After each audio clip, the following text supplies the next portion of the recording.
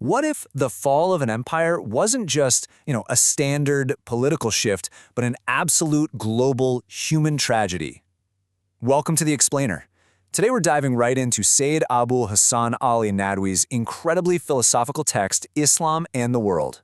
We're going to explore a highly specific, really provocative view on exactly how civilizations rise and fall. Now, to ground ourselves, this work was originally written in Arabic back in 1950, and it offers a totally distinct lens on world history. See, instead of just looking at historical shifts through the usual economics or military conquests, Nadwi uses a deeply moral and spiritual framework to analyze human progress.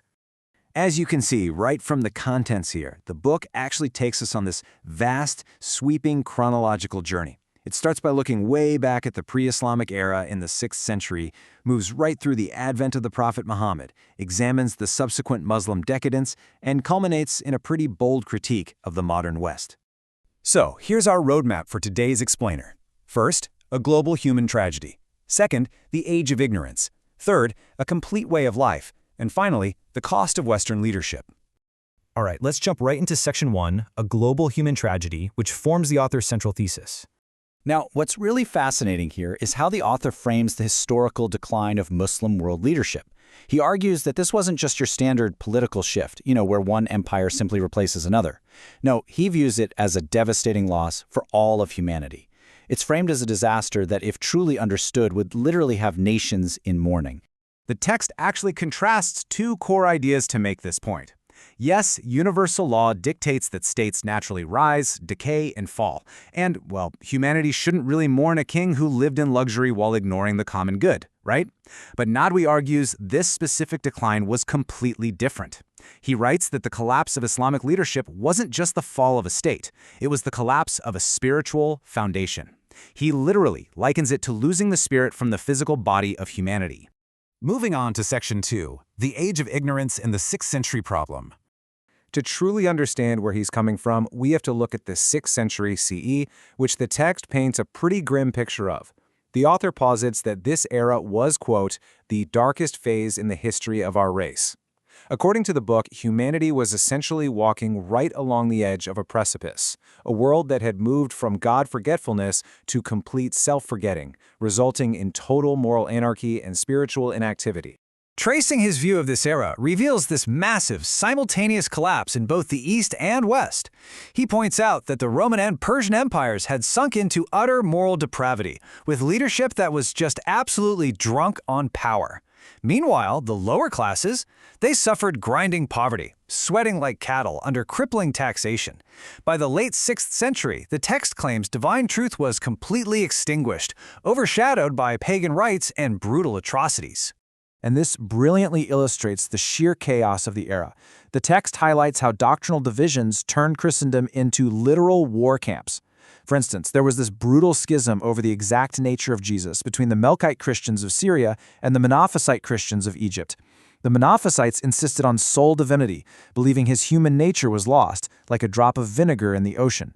The Byzantine rulers tried to force a united creed, and the result? Savage civil war and a complete vacuum of unified moral leadership. This sets the perfect stage for Section 3, a complete way of life, with Islam as the proposed solution. So the really crucial point here is how the text actually defines Islam. It's described not merely as a religion in the traditional mystical sense, but as a complete conflux of this world and the next. The author emphasizes that it uniquely unites idea and action. There's no demand for the mortification of the flesh, no concept of original sin holding humanity back. Instead, it's presented as this highly practical, eternal program that actively encourages scientific progress and earthly harmony. According to Nadwi, when Muslims held world leadership, they fundamentally rebuilt human society.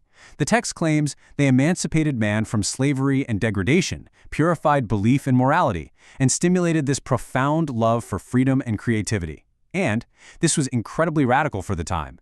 They replaced the tyranny of kings and priests by placing the right people in leadership based entirely on their worth and aptitude, rather than just royal bloodlines. So, you might be wondering, what exactly went wrong? Well, the book offers a powerful explanation.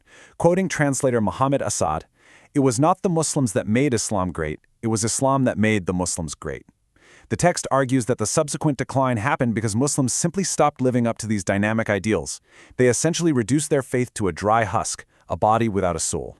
Which brings us to our final section, Section 4, the cost of Western leadership and the modern relapse. The book levels a very stark, uncompromising critique here. It argues that Western civilization separates the quantitative from the qualitative and basically subordinates transcendental ethics to mere practical utility. While acknowledging the absolute tremendous scientific achievements of the West, the text argues that cultivating purely material appetites has led mankind right back into a wilderness of fear, greed, and terrifying spiritual loneliness. Science without moral guidance, the author contends, is a profound danger to us all. So, what is the true remedy then? Well, the text explicitly warns against modifying teachings to fit modern Western molds, arguing that blind admiration of the West is a trap. Instead, the real solution requires reforming the self, not the religion. The author passionately advocates for an inner awakening among Muslims, a revival of their historical sense of responsibility to once again guide humanity. We'll conclude this explainer with the author's final provocative challenge. Will the West listen to this voice? The text leaves us to ponder a massive question for the future. Can humanity actually rebuild itself on a foundation that truly balances material, scientific progress with our own moral survival? It's a compelling critique, one that challenges us to fundamentally re-examine the very metrics of human progress. Thanks so much for joining this explainer, and keep questioning the histories that shape our world.